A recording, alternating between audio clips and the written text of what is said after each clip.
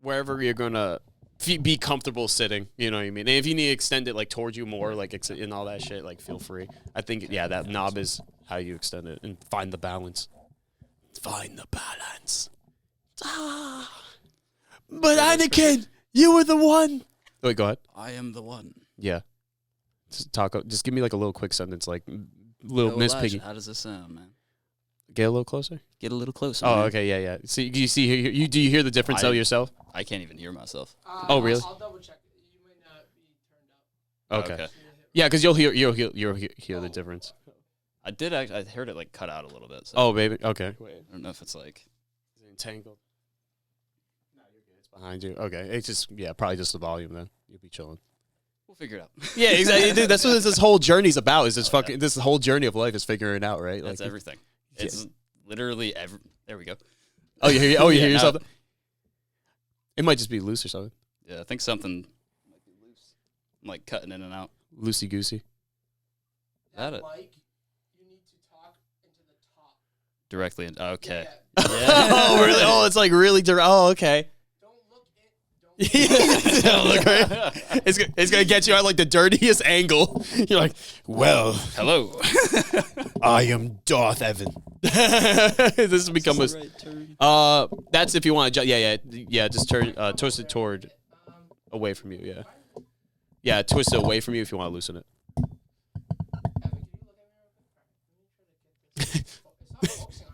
Really? I think it's all that hair. Could be. It's just like, is that Sasquatch? Oh, is it the lighting?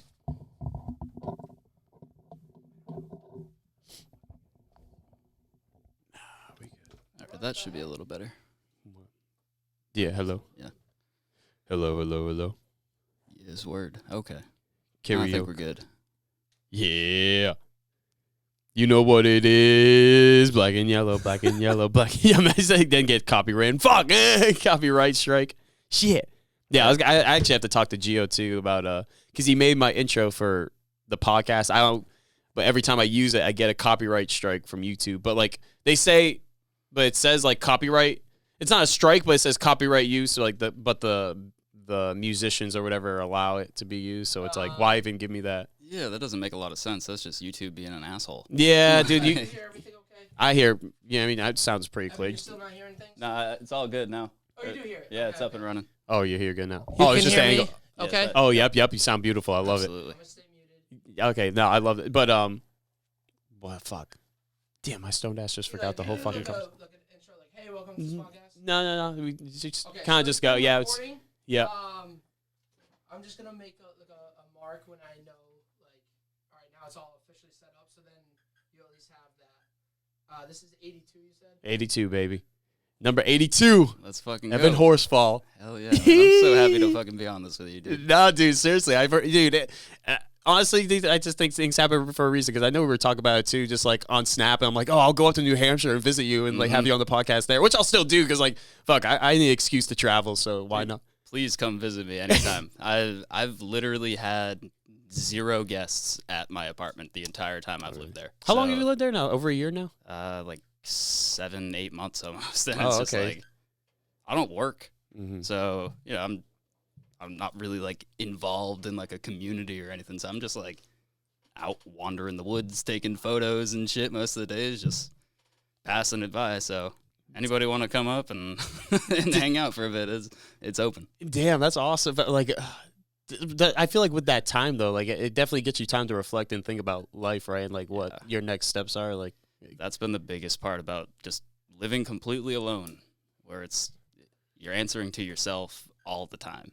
And, like, you realize your mistakes and what you need to change in your life so much more than you would if you were around other people, serving other people's tasks, things like that. And it does something to your mindset when you're alone for so long, where it's like, I feel like I see my path that I want to take very clearly now. And I do think every person should experience living alone at least one point in their life. And when you mean by like serving others, like a typical 9 to 5 that people are like in this rat race that everybody's going through right now. I guess like serving someone else in the sense of like you're not doing what you want to do, but you're doing it because it's like an obligation that you have, that you feel like you have to fulfill, whether it's, you know, for bills or whatever. But like, if it's not for yourself, I feel like it's a disservice to yourself at some point. And like, this time, although it is a privilege to be able to have this, has allowed me to reflect on the direction I want to take myself.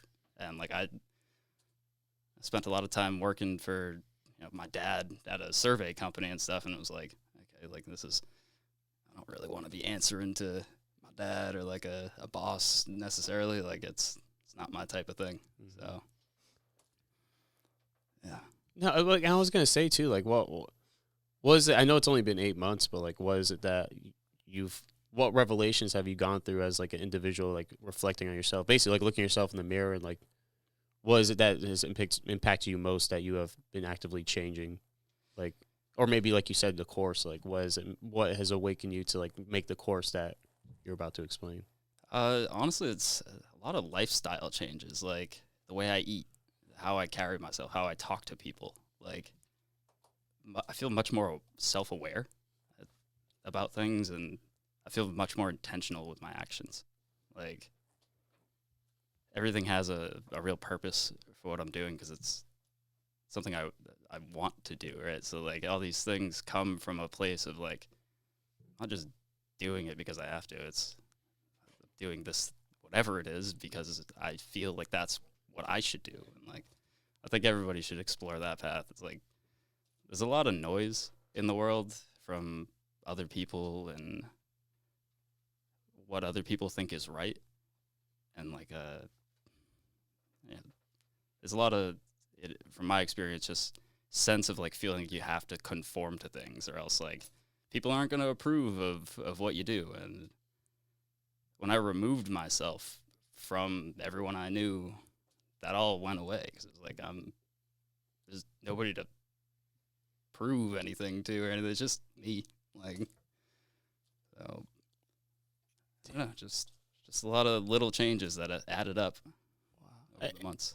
And damn, that's crazy, man, to hear that from you, because that's something I've been like learning myself, is like, we as society are such, like, in a sense, especially everyone looks like at the negative, but like also we're like people pleasers as well. Like, there's a lot of people pleasers out there who will like do anything and like form them, change who they are as an individual, like their whole frame of self, and externally and internally, to, like you said, fit these roles or scriptures that other people perceive them to be, or, you know, they should be. Mm-hmm. When in the end, it's like, what do you want to be? Exactly. At the end of the day, that's what matters. It's like, your happiness is what there is for yourself. It's going to hurt you to derive it from somewhere else that can be taken away from you. So once you put that into somebody else's hands or their expectations, it's, you know, it's up to them, basically, of like, do they approve of what you did, even though you might feel proud of it. This other person in your life is like, I don't really know about that. But if you do have that in your life, push through it. Just ignore the noise, in my opinion. I don't know, when I was starting into like crypto and stuff, my parents were all concerned because I was like quitting my job and shit, and they're like, I don't know about all this. This is what you, I don't know. Like, are you fine? I'm like, just let me do the thing. Like, it's fine. Like, I don't need. And you know, they disapproved of it for a long time. And was it? Sorry, I don't mean to cut you off. No, you're good. It's like, was that a hard thing to? Because, you know, so of course your parents, you want, like you said, you want to make them proud and happy, and for them to like be contradicting to like the moves you think is good for you. Like, was that kind of like one of those, again, like wake up calls of self, of like, damn, like, Yeah.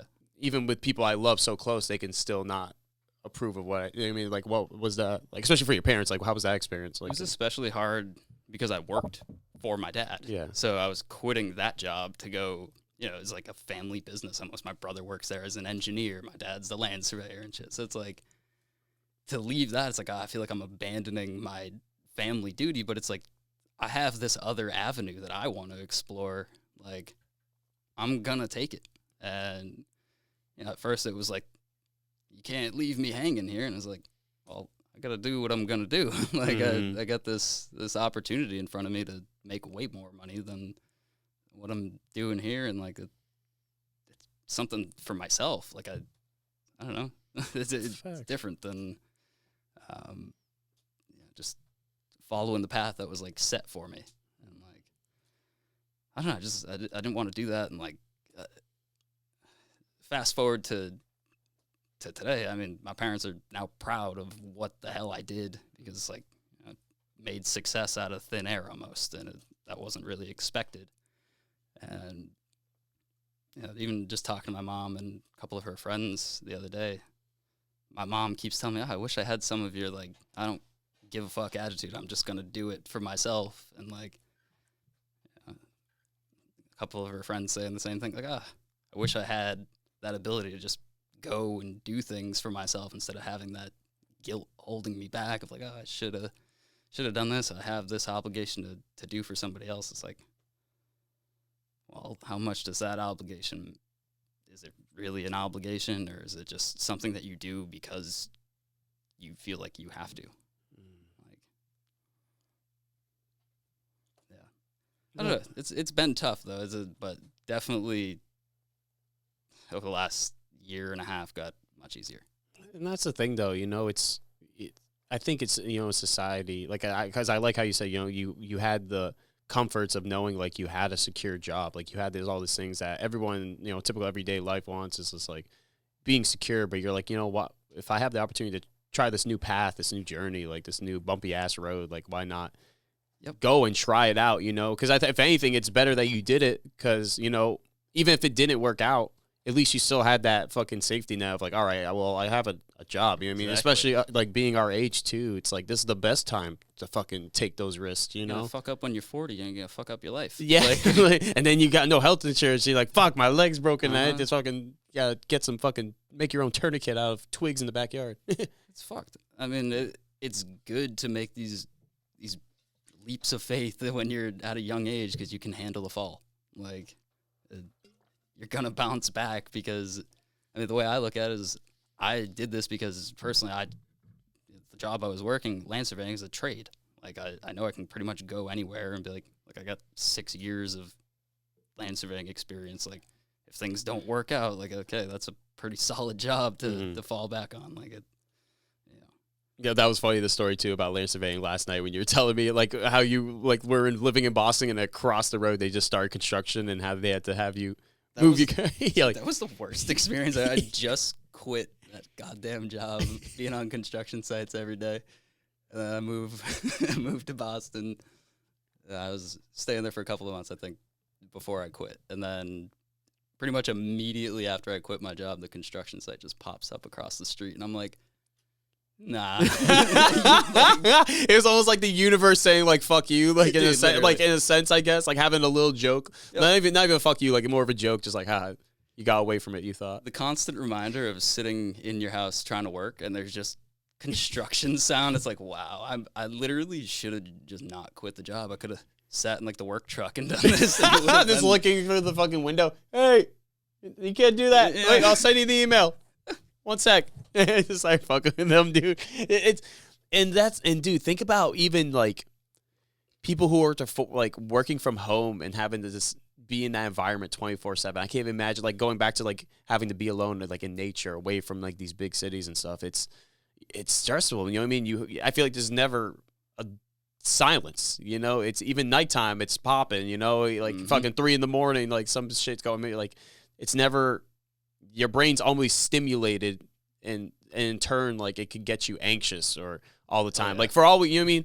And I haven't really dug into the studies, but I've heard like being in cities, like you're always in a constant vibration of anxiety, and that's why people are always such like in a rush. Like it's such a rush pace when you go to cities in general. Obviously, there's you know what I mean, like Portland, Maine, for example. Honestly, like went out there with my ex at the time, like it was like chill. Like we were there in June, like it was a cool vibe. It reminded me of New Bedford, honestly. I was just in Portland really like 2 weeks ago. I drove there for like the day. Really, and I was saying the exact same thing. I was like, this just looks like New Bedford with much more going for it. Yeah. Yo, literally no cap though. It's like this is New Bedford's potential if there was more like correct funding in correct places. Yeah. Like it's a nice place to walk around. It's like, wow, this is this is what it could be like, huh? Mhm. It's goddamn. dude, and I love the like the restaurants that we would walk around and see.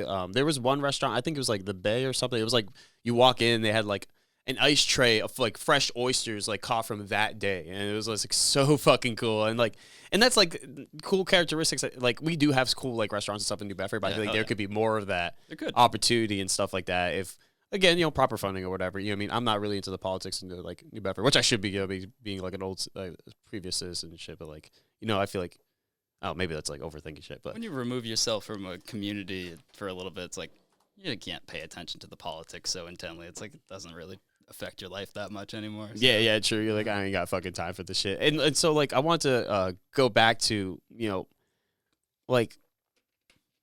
What were the thoughts you were thinking before like quitting the job? Like, because I know you said you got like you can start off with the whole crypto, like when you first got into crypto. I know you said you got into crypto and like that's how you like were able to achieve success. So, like, but like was that before you like was it right after you quit the job or was it before you like you quit the job and then you quit and then started your like personal journey? I'd been trading NFTs and like stuff. What year was that? I don't know. The early 2021. Something like that. I'm not sure the exact. I know, yeah, it was like dates. 21, 22, or something like that. Yeah, I remember the NFT boom. So I got it in like kind of early on some things. I made a little bit of money just like trading. I met one of the dudes that I founded, the company that I founded. He was the first person I had ever talked to in like a Discord channel of a NFT project, and kind of just connected from there. Talking about like business ideas, like how we could make something. Yeah. with, just trying to figure out the what. Throw shit at the wall, like Yeah. so anyways, see where it gets stick. So one day he puts out this dude Rugema puts out a tweet, just on the timeline. I'm thinking about starting a marketing company for NFT projects. Would anybody be interested in doing that? So I just responded to the tweet. I was like, yo, I'm down. And next thing, I think within like 24 hours, we had a group of 6 people, a name for the company, a website getting created, and we were already doing like client outreach. It was just, Really? it got up going very quickly. I was still working my surveying job while doing this job for like, I think 3 months. And then I got extremely lucky. I won this NFT from a giveaway on Instagram from Artifact. Artifact is now one of the bigger NFT projects. They created something called CloneX, which got acquired by Nike. Oh damn. CloneX, what am I bugging?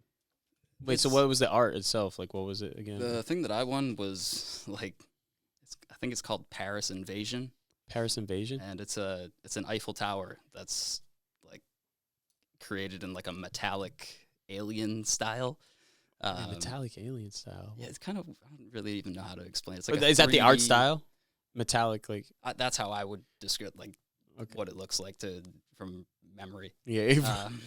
But I ended up selling it for, I think like 14 Ethereum at the time, which Oh damn.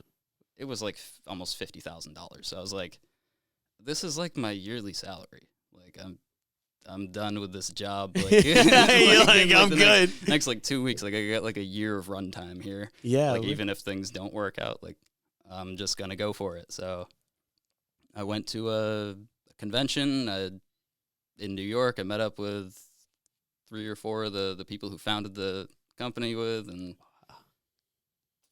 never went back to my job after that. That was Wait, so what was the convention? Like a NFT convention, a crypto, like a Ethereum convention? What was it? NFT NYC. NFT NYC. That's pretty yeah. cool. That sounds badass, honestly. NFT NYC. No, but dude, so like, what was it? Were they promoting like the next NFTs coming out, like the projects and stuff like that? Like, how was that event structured? So NFT NYC does they're like a conference for like crypto and NFT innovation, and they just have like speakers talk about. Anybody could basically like sign up to be a speaker for it. They had like I think like thousands of speakers. Were you a speaker? No. I was gonna say that. Get those bags. That's it. Mic drop. Yeah. Have a Supreme bag, like you were telling me. Just drop a Supreme bag on the ground. Buy my bags. Yeah. Yeah, woo! It was like a hype. Yeah, The champion. People shotgunning beers like. I mean, realistically, that's what everyone wants, is just to have their bags bought in crypto. Yeah, we all just trying to make it through, man. Get out of this rat race. But to be honest, I never even went to the actual NFT NYC events. Oh, really? We just went there to like meet up with like people Oh, okay. that we'd talk to on the internet and shit, and like make business connections and stuff. Because it's like, oh, this guy's starting a project. Like, okay, like, all right, we were chatting with these guys about some work. Let's meet up with them in person. Blah blah blah. So yeah, it was a cool experience. Like, I was able to work with some massive companies, like some pretty well known designers. Yeah, it was a cool experience, to be honest. But yeah, some things don't pan out completely. And How was that like with it blowing up so quickly? Like what were your emotions going through this all? Because you're taking this risk and you have this. Well, I don't know. Like you have this. Well, for me, it's like this back of this. This fear in the back of your mind. Like, damn, with the failure and stuff like that. But then, like, what was your emotions going through the whole process of like, like when you started seeing like how like you see within a day already had a web like doing marketing outreach and stuff like that. Like you were like, damn, like this is serious. Like, yeah, dude, no, it's like it felt odd at first because like I don't have any experience doing this. Like I just trade NFTs and stuff, and I kind of know like what makes a project. Or back in the day, it was much easier to be like, okay, if you do this, it's gonna sell out immediately. Whereas like nowadays, it's not as easy to do it. But back in the day, it was like, okay, I've seen other projects do things like this before. Like I could just advise somebody like, this is how you should do it. Like here's the game plan, and somehow I was one of the people that people trusted to receive that information from, and it made people millions of dollars. So that's crazy. How did that feel though, to know like you were able to? It was a good feeling, man. Like giving somebody advice that fucking worked in a tangible way. It was like, God damn, like some of the times it's like, we didn't get enough money for that. Yeah, you're like, shit, we could have actually bumped it up a bit more. Mm-hmm. Yeah, that was some of the challenges, like starting a company that's like when it was that we were like the first marketing company for NFTs, because we started it because it was like, okay, there's a massive gap here that nobody does marketing effectively. It's all just people getting paid to talk about some shit that they have no idea what they're talking about. They just put it out there because some guy paid him $500 to tweet it. Yeah, literally no cap. The NFT market was so wild. Like I never got into it deeply. Like it was just confused. Like I understood like the purpose of it, of like helping artists and all that stuff. But I never like I've made NFTs with my art and shit like that. I put it on SoulSea and the like Ethereum or whatever SoulSea, and then what's the other one? Fuck. You got OpenSea, which is OpenSea. That's what it is. Yeah, I did like one on OpenSea because like at the time the fucking gas rates were fucking expensive, so I was like, I'll just do one. So it was like it's a big limiting factor, honestly. Yeah, it was still, and like you said too, like at that time it was still it's still brand new now. You know what I mean? We're still trenching the waters. We're still trying to navigate through it all, and a lot of trust. I will say recently. Well, I wouldn't say with crypto, but I wouldn't say even recent, but like within the past like year, like before, like notice like a lot of skeptical people with NFTs because we talked about it last night, the carpet rug projects. And that's the thing that makes people hesitant about like investing in crypto like that. But do you think NFTs though will make a big impact like in society, like more in the future? Like it's just it's still new technology. Yeah, I think that the technology itself will be something that we use within the next 10 years that you won't even know that you're using it. Like it's a membership pass basically, and like if that's something you can download on your phone, and something where it's like, okay, I don't even know that it's cryptocurrency, that I bought it with US dollars or something. If somebody can figure out something like that, that's how I see NFTs as like a functioning piece. Is you have these reward programs for everything. It's like a loyalty thing. Like you're just getting perks because you put your money into some company, basically. It's like, that's, when you think about it, that's pretty much every product. Like you're just buying something from some company because it's like, I think I might like what comes from that. Like whether it's a shovel or whatever, like literally though, some tool that you want to use. Yo, that reminds me of the fucking Yo, you probably remember. It was like a couple years ago. I don't know if it was like during COVID or before COVID, but it was like this guy who made a scam of selling used tissues online. Do you remember that? No. Oh, dude, that shit was so funny. This guy, like, and it was on the news. Like, all news outlets were talking about it, CNN, Fox, like, all this shit. Like, oh, this man's making thousands. When it was, I don't think it was actually real. Like, I think it was just like he made article. like, yeah. He just like did really good advertisement, great like website appearance and shit. So everyone thought it was real. Like, I kind of want to search this up now. Yeah, but and I feel like that's what like people look at NFTs though now is like, oh no, it's well not everyone, you know what I mean? Obviously there's people who see the bigger potential in it, but like people who like the common individual everyday person is like, no, I'm not going to invest in NFTs right now, you know. And I feel like even with cryptos, you know, there's still it's popular, like it's being talked about more ever in conversations with like, you know, people I talk to, but it's still not as big as it's going to be yet. I think we're in a really tough time in just the world economy in order for crypto to really take off. I think there's a lot of people very unsure, especially with the U.S. economy, of like, what the fuck is going to happen? Yeah. Like, so I think we're going to see more people, unfortunately, as the U.S. dollar declines, which I don't really see a reversal on that. Yeah, no, not at all. Any time, like the next 10 years or so. I think we're going to see more people putting their money into cryptocurrency because what are you going to do? Take your money out into cash? It's still a U.S. dollar. Yeah.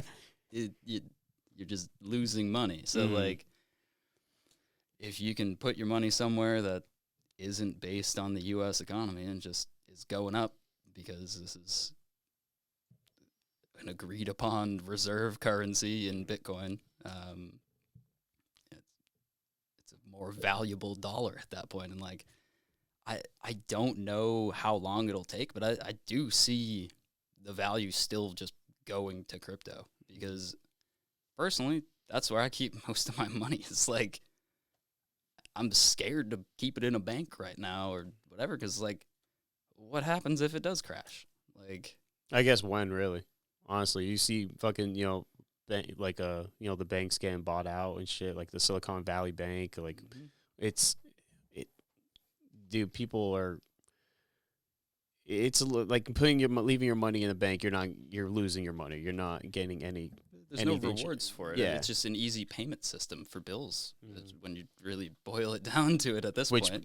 Because the society locks you in the cycle of making sure you pay do your bare minimum life of work 9 to 5, pay your bills, boom, keep that cycle going and going. And you know, I mean, it's a bigger picture of it all. You know, you have, you know, I don't know if we talked about it actually last night, but I know like how the U.S. government's starting to get like the CBDC. Yeah, CBDC. You know what I mean? And like you said, it's inevitable because it's just like, if anything, it's a double-edged sword because then just people like, oh, crypto's bad because like track trace database, but then like obviously like if you get into coins or even have your money in a cold storage like Ledger or something, I have a Ledger, and like or get into cryptos that are truly like non-traceable and stuff like Monero.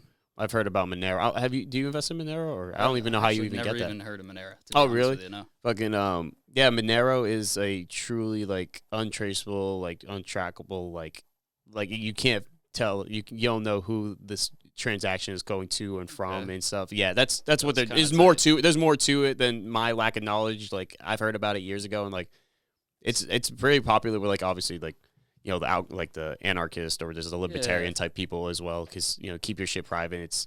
And actually I think actually the Federal Reserve is having I think they're giving like it's like a small fucking fee. It's like I think it's like $100,000 or like $400,000 for someone who can crack like the code of Monero. I'm like, it's not even worth like, it's not even worth the money to fucking crack it. You know what I mean? If you crack the code, you probably get a lot more just from cracking the code. Yeah, that's what I'm saying. Like, what the fuck? If you're able to crack the code, you probably get like millions. Like, what? I'm not telling you if I did it. Yeah, that too, right? And the next thing you know, they're fucking at your house like. Yep. Now you're working the 9 to 5 for them. Yeah, dude. Fuck that. That's what I'm saying. That ain't worth my. That reminds me of like. I think there was a kid like years ago. I don't remember the like date like period. Honestly, I don't know if it was like early 2010s, early 2000s, but he like found a way to hack into banks and like steal like a fraction of a penny from like a bunch of accounts and like slowly like you know what I mean no one would notice a fraction of a penny, so he'd make like thousands or millions like off of that. Off of rounding. And I think literally off of rounding. And you know what I mean, banks aren't gonna fucking worry about it. No. Cool. Yeah, they probably don't even notice that shit. Like, oh, whatever. They thought they did the rounding error. Yeah. They're like, oh, I just got to add one more. One more thing. Slide that off the table. And that's the thing, man, with the banks, too. It's, like, scary, like, how, like, was it fractional reserve banking? Like, for every $1 that's in the bank, they can loan out $10. It's so criminal because that's exactly why they took down FTX. It's the same fucking thing. Yeah, they're like, you can't do it, but we can do it. It's like, okay, this guy took money into his bank, if we want to call it that, his exchange, FTX, and essentially created a fractional reserve crypto Literally, exchange banking system, loaning out his money to other investments exactly like banks do. And then the financial institution was like, no, you can't do that. You're not regulated. We don't get any funds off of that. So I wonder, though, like, what was happening in the background. You know what I mean? You have these big players who, there's no way a big company like FTX is able to get away with these transactions and funds without some bank or some federal, like some financial, like economic, like government power, like realizing that. You know what I'm saying? Like, you know, every time you try to draw or like withdraw $10,000, they're already like, all right, motherfucker, why are you doing this for, huh? Oh, why you need 10,000? What, you a drug dealer? What, you fucking, you know what I mean? So it's like, he was in the Bahamas. Hey, I'm going to the Bahamas next month. Enjoy it. Yeah, I will. Say hi to Sammy. I will. I imagine he was never in jail. It's just like Jeffrey Epstein. They just gave him a doppelganger. He's still in the condo. Yeah. On the top floor. Probably shit. You could like, I don't, dude. It's just especially now. Like again, you look at all these governmental powers and like what they're doing as well. Like how is this shit happening? You know what I mean? Like how is this shit sliding? You see cooperation. Yeah, exactly. You know, you had what was it? Something about J.P. Morgan. I was trying to remember. Fuck, it was. I think it was like the U.S. Marshal or see. I gotta get my information out. Don't quote me on this, but it was something like a higher government power. Puerto Rico was filing a lawsuit against J.P. Morgan for evidence with them collaborating with Jeffrey Epstein and funding his, you know, like whole project, like network and web. Yeah, dude. And you know what I mean? Like she got fired the next day. And then it's like, that's very coincidental. You know? There. Yeah, you know, I don't believe in coincidences like that. You know, especially something like that. I'm like, no. Usually when there's smoke, there's a fire. Yeah. And then there's a barbecue. Yeah. And then when it smells like a barbecue, there's probably something cooking on it. Or you in Texas? I would love to go to Texas. I've actually never been to Texas. Me either, man. Really? It's like a beautiful place. Oh, dude, I have a few friends that moved down there recently from Virginia when I moved down there, and you know it looks pretty cool. And especially now when you see all these fuck that. Anyways, like with crypto, like I want to like. So was NFTs actually like, was that your first time diving into crypto, or like did you invest in like coins and shit like before and then got into NFTs like after? Like so my intro to crypto was through you. Telling me to buy this XRP coin. Which is now, you know, they got lawsuited by the SEC. Yeah. I can't, it's still stuck He's like, don't listen to him. Wallet. Yeah. I can't do anything with it. But it got me into crypto. Wait, could you I think if you have a VPN, right, you can like sell it because it's not in America, right? It's only the US. You can't fucking sell it and shit. Yeah. I got it on the Coinbase exchange. Okay. I think it's they'll know if I'm. They'll know. You live in America, dude. We got your address. Yeah, get the fuck out of here, bitch. That's fine. Honestly, I invested in more because of that shit. I was like, dude, fuck it, I'm gonna take a risk. Dude, honestly, it could have gone either way, and it still could. Yeah, so. Yeah, you're right. They're still they're still continuing, right? The lawsuit. Mm-hmm. I believe. Last I heard, I think the news is a lot of people think they're gonna win. Really? Yeah. Dude, if it fucking wins, dude. Well, my bags. I think a big problem was that Gary Gensler, fucking head of the SEC, and if anybody saw any of those congressional hearings with him, he doesn't know fucking shit. Yeah, yeah. I haven't. See, that's something I need to pay attention more, especially being in like the crypto space. Is Gary Gensler in general, just like financing in general. He's he has the power of how the fuck things are going to work. It gives you a better like understanding of like narrative and like what news is going to move something which way. Like just watching that kind of stuff because that's what a lot of people are watching is just, all right, what's he going to say about this? Like this might set a tone. It does. Yeah, and it's actually not even just for this country too, like for the world as well. Well, I wouldn't say the world because you have actually Ecuador. I think it's Ecuador or fuck. The Bitcoin president. Yeah. He's El Salvador. Yeah, El Salvador. Thank you. Yeah. Yeah, and actually, no, it's funny. I've heard that their the livelihood like has gotten better like in since they've transferred over to that, honestly. And it's crazy too. It's cool. I've heard that since they have a lot of volcanic like what do they call it? Activity and stuff, they use like that like the power from the volcanoes to generate Bitcoin as well. So it's environmentally friendly actually. Contrary to Bitcoin mining. Yeah, isn't that wild? And that's the kind of a bug out too, because you think as like a country like us, a first world country, we'd be on this shit, like having like the next advancements, like having, and it's like you have fucking El Salvador with, being ahead. Yeah, because Bitcoin now it's like it's official, like it's an official currency, right? That they use there all the time. So it's. I believe stores have to accept it. Oh, really? Yeah, it's like an official like country currency. Like you can't like deny somebody from spending a U.S. dollar here. It's like, we don't accept U.S. dollars. So what the fuck do you? What the fuck do you accept? Zimbabwe. I have 2 pennies and a ball of lint. No, I'll take the lint. Yeah, we'll take the lint. Yeah, I need to patch up a few like button up shirts with that. I appreciate. You just get like 2 packs of backwoods for that, for a pocket of lint. The banana flavor too. You can't even get any other flavors, just banana. I don't even know if they even have that flavor. They brought them back. Oh, they brought them back because people were going bananas. Where's my banana flavor? About like I think 2 or 3 years ago, if you looked online to try to buy a box of banana backwoods, yeah, I believe one single pack of 5 was like $200. Wait, what? Because they just didn't make them anymore. And people just had them from like years ago, and I'm like, they're just stale as fuck. Yeah, dude. I'm like, all right. If anybody's ever smoked a backwood, and if that thing sat in your car for like a week in the package unopened, it's still bad. Yeah. The packaging is just bullshit. It doesn't do any preservation whatsoever. No. As soon as you don't even have to do anything to backwoods. As soon as you buy them, they die. They die. It's like as soon as you have them in your hand, they're already sealed. Wait, what the fuck? I pre-felt them before I bought them. They were good. No, Me and the cashier did it. Yo, I remember back in high school days too. Like, remember that corner store, on Dartmouth Street next to the library? Oh shit, yeah, dude. Was it Pick and Pay or something like that? Yes, Pick and Pay. Yes, dude. Fucking the homies would be like, because I never fucking smoked blunts, so I didn't know what good blunt was. So like every time I go, like the third time I went to get a blunt, they're like, all right, man, you have to feel the blunt wraps, all right? Like, and I'm just sitting there with the guy, just like exactly like you said. I'm like, I guess this is good. Feels soft. Yeah. Still fucked up. What the fuck, Eli? You didn't feel them, Eli. Yeah.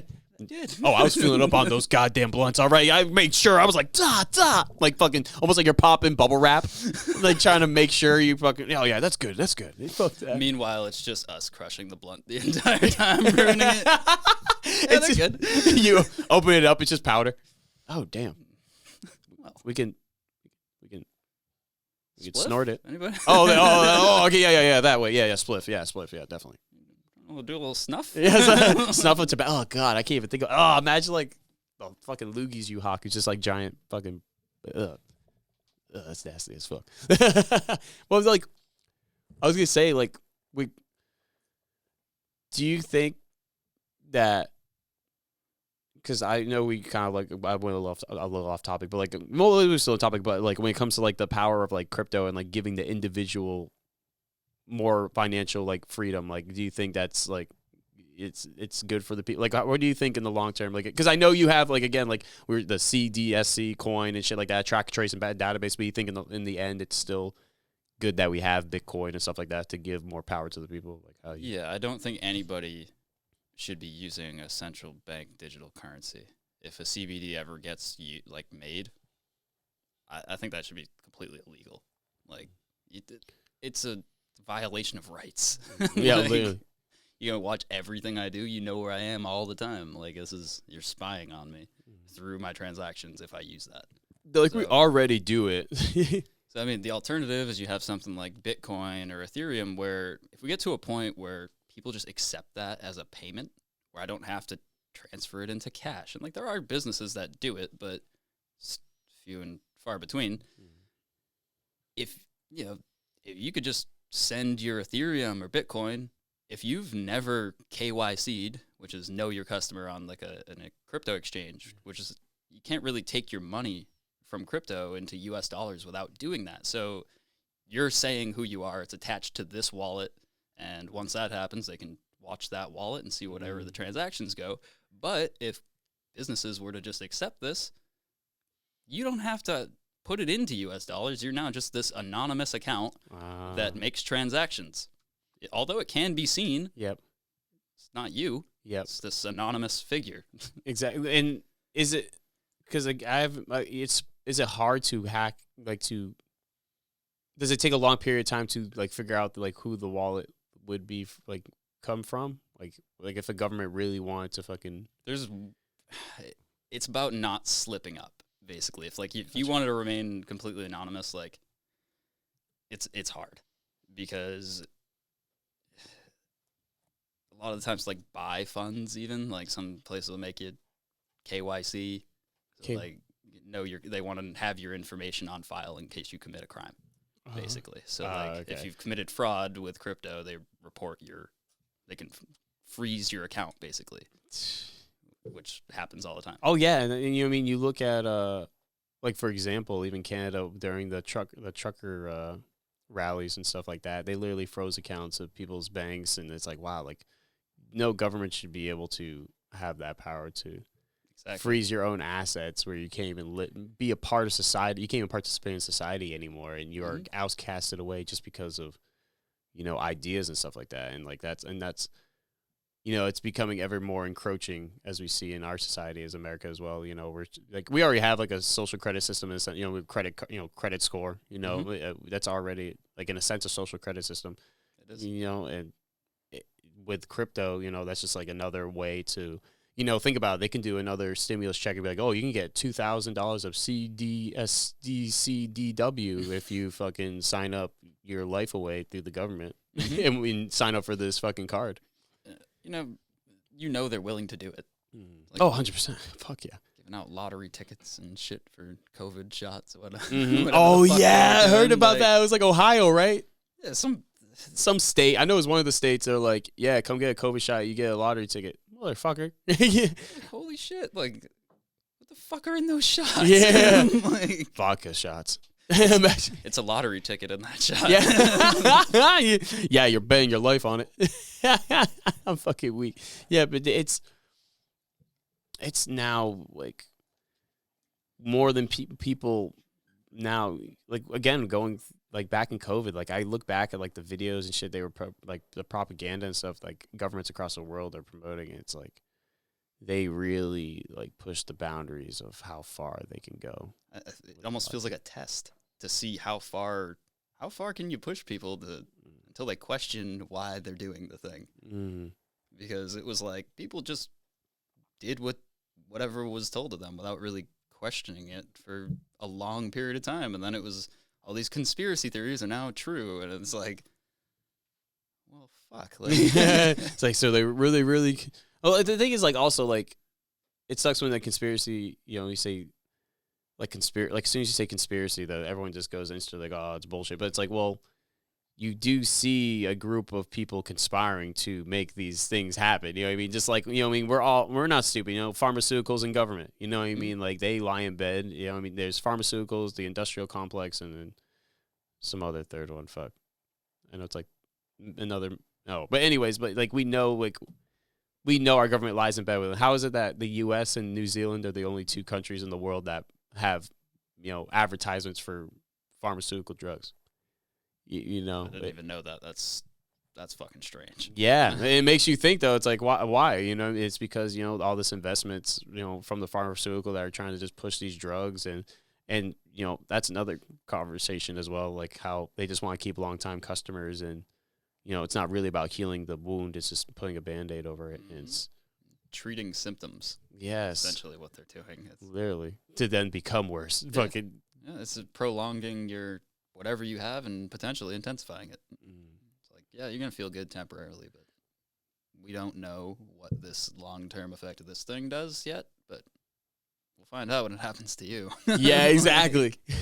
Oh, actually, I'm just gonna change this back, but you like with this business and stuff, like going back to again, like being in the company and all this stuff. Like, what were the learning experiences like being in this company and stuff like that? Like building this company like up. Like, what were the learning experiences you take from it? Are you like you're still part of the company or? No, I am not part of the company anymore. I got bought out. Really? Yeah. Basically, just kind of a disagreement of direction. Oh, okay. Funnily enough, they mostly just do podcasting now, and advertise like. Maybe I should get them on a podcast. No, I'm just kidding. Dude, they might be down. They're like, wait, Evan's been on it. Mm-hmm. But yeah, dude, I mean, it was a learning experience of seeing how a business is run, to be honest. Like, I don't know, I'm not a real like operational business person, but like seeing how that goes together, accounting, all the other shit that goes into making a business was like, there's a lot more than really meets the eye when you're thinking about starting a business. It's a shitload of stuff that goes into it, depending on what field you're in. And like, that was an eye opener for me. I was like, God damn, there's a fucking lot going on. It's like, I was taking clients every day. Like, that was another great piece that I learned from that, was being able to talk more openly with confidence to people about my ideas, because personally I coined myself the idea guy of the company. Mm-hmm. Just that's my thing. I just have ideas, and like that's the role I assumed was pretty much anyone that would come to us. I'd just expand or give ideas on how they can improve their thing, and it was nice to be able to see that all pan out, and it boosted my confidence. Like, okay, like what I doubted in myself originally worked, ended up making a bunch of money for people. Like, I don't know, it's a cool experience. Definitely some skills out of it, and see how groups of people operate. It's a lot of sociology involved with it too. Just like, what can I tell this project to tweet that will like activate their audience?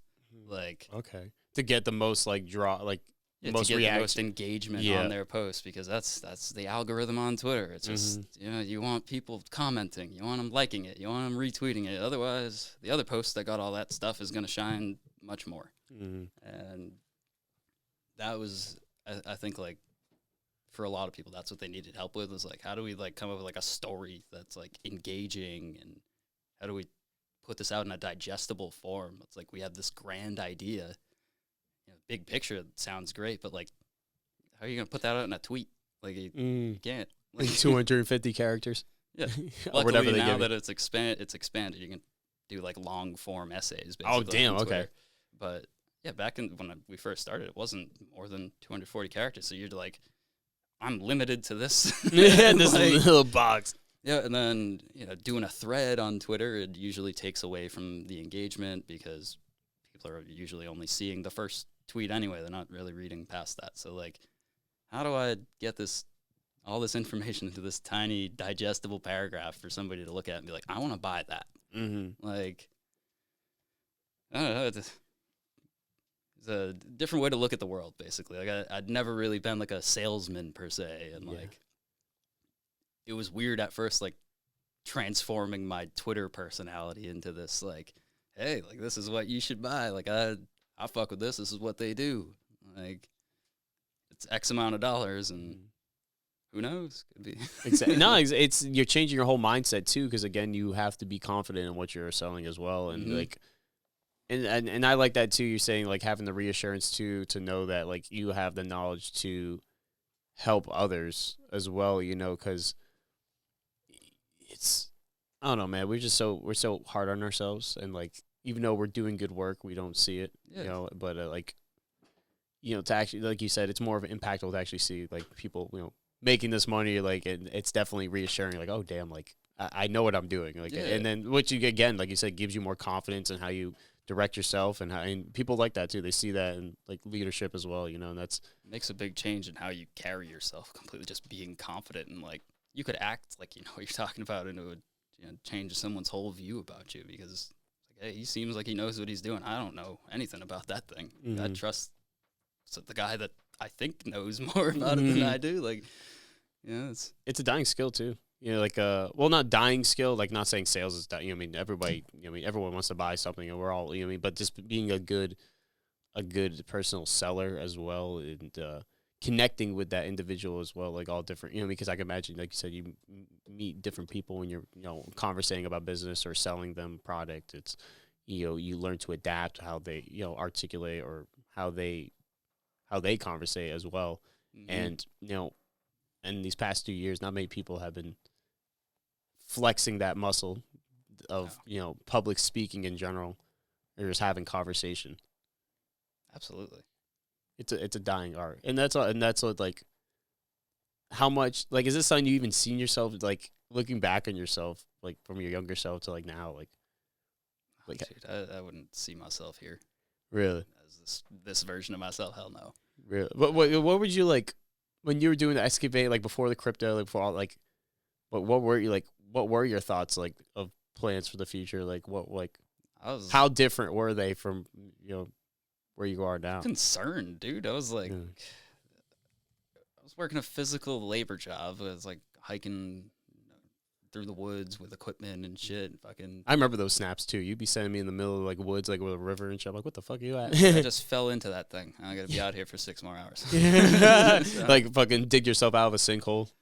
Dude, so like when I was working that shit, it was just like my body feels like it's being worn down like pretty quickly. Like I got Lyme disease probably 6 times. Oh, damn. Like, it's just like, this is, I don't want to do this forever, and I don't have, like, a college education or anything. Like, I don't know where this is going to end up. Like, I got to figure out something else, and that was, like, the spur to, like, get into crypto and shit. It was like, when you told me about XRP, I'm like, all right, that could go up in I can't in believe value. that shit still bugs me the fuck out. I'm like, damn, I'm glad I dropped the seed. You fucking too. I was like, boom, here you go. That's all it took, dude. I was like, how about something that, like, I can buy stuff with? Yeah, like XRP, I can't even use it. Motherfucker got me. It's like creating more leverage, right? So, like, all right, if this thing, it's like, all right, it could go up, but, like, if I find another currency that can go up, but I can buy stuff with it that goes up even more exponentially, I feel like that's where I need to be. Fuck like, yeah. And I think, honestly, fam, it's one of those times in art, like in our generation, how, for example, there was the gold rush and like there was just these either technological or just these moments in time where something that just gives people generational wealth at such a quick pace that, why not take advantage of it, while you can before it gets regulated to the point where you're not being able to make those significant of like 100x plus gains in profit, because like, after a while, once it gets regulated, like, talk about just like interest rates. Well, actually, yeah, interest rates of like, interest rates. No, interest rates. Yeah, did I mean to say interest rates? Fucking, I think that's what, like, when you get like a percentage from your holdings of Ethereum or whatever, that's interest rate, right? Or am I thinking, okay. It's like it's yield farming a lot of the time is, I believe, the main term in like crypto for it is like yield farming, but it is your interest rate, I would guess, on like if you're staking it. Yeah. Okay. Yeah. Stake. Yeah, that's what it is. Your staking percentage is definitely like, the most I've gotten was like 4%. That's on my better Solana. Than banks. Oh yeah, I see, and that's another turnaround too. Yeah, and dude,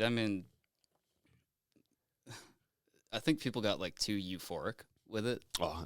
Like I remember people telling me like, "Oh, you should put your money in like Celsius and Luna and stake the coin and stuff." And it's like, there's a 20% yield on this. Like, that's not sustainable. Where the fuck do you think the money's coming from? It's like they're just recycling you this coin that you've now pumped the value. It has no value. As soon as some guy sells a shitload of it, you're all fucked. There's no real value here. Like, I got fucked in Luna. That was me. I got fucked in Luna. Fucking. I was gonna buy the dip as it was dying. Yeah. I'm like, this might be a play. It's like $50. Yeah, I'm like $20. Yeah, I'll buy it now. Oh fuck, it's $10. Yeah, dude. Maybe if I buy a bit more, it'll come back. $2. It's a big restraint for me of being like, all right, No. I had seen this and I had resisted it for this long. I'm like, it's tempting to buy it because I know the degenerate play here is to just buy. And it might go up. Like I could get lucky, but I don't know. It's just like I don't agree with your yield percentage. Like this doesn't. I knew people that lost some money on it, and it's like, not like I told you so, or anything, but like, come on, man, it's 18% interest. Like, why is nobody else doing this? Like, come on, you got to be smarter than this. Like, goddamn, it's too good to be true. It's usually too good to be true. I mean, it's the way of the world. Nah, exactly, and it's. I mean, I've seen projects where. Fuck 20%, 30%, but like obviously the high. I mean, like you said, the more risk with shit like that, or even has value whatsoever. You know, that's basically a crypto, like a fucking government coin where they can just fucking manipulate the money like they already do in banks. You know, just add a fucking extra zero if they want. You know, and like that's the great thing about Bitcoin and stuff because there's only 21 million. Yep. Or something of Bitcoin. Like it can't be manipulated at all, and like it's even crazier because you know there's people who've lost like thousands of Bitcoin, they'll never receive it. So like that's just completely gone, never to be. You know, it has value because it cannot be manipulated. Unlike the U.S. dollar where they're considering minting $1 trillion coin and depositing that into the treasury. Yeah, it's like. What the fuck kind of cartoon are we? What is this shit? You're like, are we in a? Is this fucking idiocracy? I could take the silver coin you gave it. This is $1 trillion right here. That's basically what they're doing. It's like it's not worth that. It's not gold. It's a tiny platinum coin that you're gonna mint, and that's $1 trillion. And I get it's the same thing as our paper dollars. They don't fucking mean anything, but like. Come on. No, it's actually. No, you're good. That was the end. Oh yeah, no. I was gonna say no. It's cool actually. Because like when I dove into silver and shit like that in the beginning, no, I didn't know that some states they have gold backs. Really? Yeah. So it's like literally like it's smaller than like a dollar bill, like the dimensions, but it's made with like it has like I think like 5 grams or something of gold. Like entwined in it, and it has like this value of like I think like $5 like worth of gold. It's like for small. It was like for like smaller increments. Like if you were to barter like your gold at a smaller thing, so you can actually have like change back where you use your gold. Here's my ounce of gold, and the guy gives you like fucking like I don't know fucking like 100. Like what was it like 1,800 now an ounce for fucking silver? Yeah, he gives you like the change but in bills like gold backs or some shit. Or yeah, it actually looks, but like honestly, people collect them just because, dude, the artwork looks cool as fuck. There's New Hampshire has them actually. They have gold. Yeah, so you can probably go to like a silver and like gold shop and see if they have them. Dude, the artwork is so cool, man. They have one in they have them in New Hampshire, Nevada, I think, Ohio, and I believe there's another state. But they're slowly starting to get traction like across the country and shit, like different states. But it's obviously not as big, but it's slowly getting there. It's just something cool that I've looked into. I'm like, that's an interesting piece of information. Yeah, I never knew that. That's super cool. Drop it, yeah, dude. It's just like, and that's the great thing too, man. This like when it comes to anything like crypto or like all the like, so it's like an interesting avenue, like a niche market within that market, like of there things. Always is, dude, because. People are always trying to make money within a market, and it's all right. If I get in the niche, like anybody interested in this is probably going to come to me because there's not many other people doing it. Facts. I was gonna say, like, what are your plans like for like, are you going to continue to be in the NFT market? Like what's or in crypto? Like, are you going to be just a day trader? Like, what's your like moves for the future? Like, so recently I've been just doing a lot of photography and. Got a collection of NFTs uploaded right now. It's 4 pieces. It's called Self-Schema. Self-Schema. Yeah. Self-Schema. It's just like I don't know, it's a reflection of my feelings when I take pictures and how I feel when I process them afterwards. Evan, where can people go to check out all that stuff as we're kind of jumping into this wrap up here? Where can they find you, get in touch with you if they're looking to find out more? Yeah, so the link to any of my photos would be in the bio of my Twitter page, which is 2 Altered Egos. The NFTs are minted on Foundation, and they're currently 0.05 Ethereum a piece. Damn, okay. I see. All right, I see you. I don't know what that means in dollars, but Honestly, I don't even know either right now. But, they're worth that. yeah, dude, I'm planning to get some more uploaded soon. I got some edited pieces ready to go. Just a lot going on. And I know, I know there was actually, we haven't got to talk to it, but it gives me an excuse for next time. I know you have like I know you want to drop a clothing brand. I don't know if you want to say a little teaser for people if you want, unless you want to hold it for next time you come, that would be cool too. But if you want to give people a teaser. Yeah, so I guess we could touch on it real quick. Yeah. I've been working on some designs, reaching out to the manufacturers and stuff for a clothing brand called Robert Grant, which is named after my grandfather. Just it feels like such a classic name to me. No, it does, dude. When you first told me that, I was like, yeah, I fuck with that. I would buy Robert Grant clothing, like a Robert Grant hood or some shit. Happy to hear that, man. The logo for it is a mallard head duck, a green mallard. Yep. And Cody drew the logo for me. So Shout out to Cody. hell yeah, hoping to get some products out for it soon, but yeah, things take time. No, hey, Rome wasn't built in a day, right? Absolutely. No, but dude, Evan, man, thank you so much, dude. I appreciate you fucking coming on and, just scratching just like the surface of your life, man. But, you know what I mean? You're more than welcome to come back on again and do your thing. Is there anything else you want to say to the audience, any words of inspiration? Or I've said a lot today, but, follow your dreams and what feels good in your own heart. Fuck what anybody else's heart says. It's your own life. Just take the path you want. Appreciate it, fam. Thank you again for coming on, man. And guys, I want to thank you guys for hopping on the podcast. And as always, do the best you can for yourselves and the people around you, because you know why. You fucking deserve it. And have a good one, and peace. Yeah. What's up, Noah? Hey, what's up? Yeah, we had an audience. How's it going, man? How's it going? Pretty good. Yeah, Noah. This is Evan. Noah.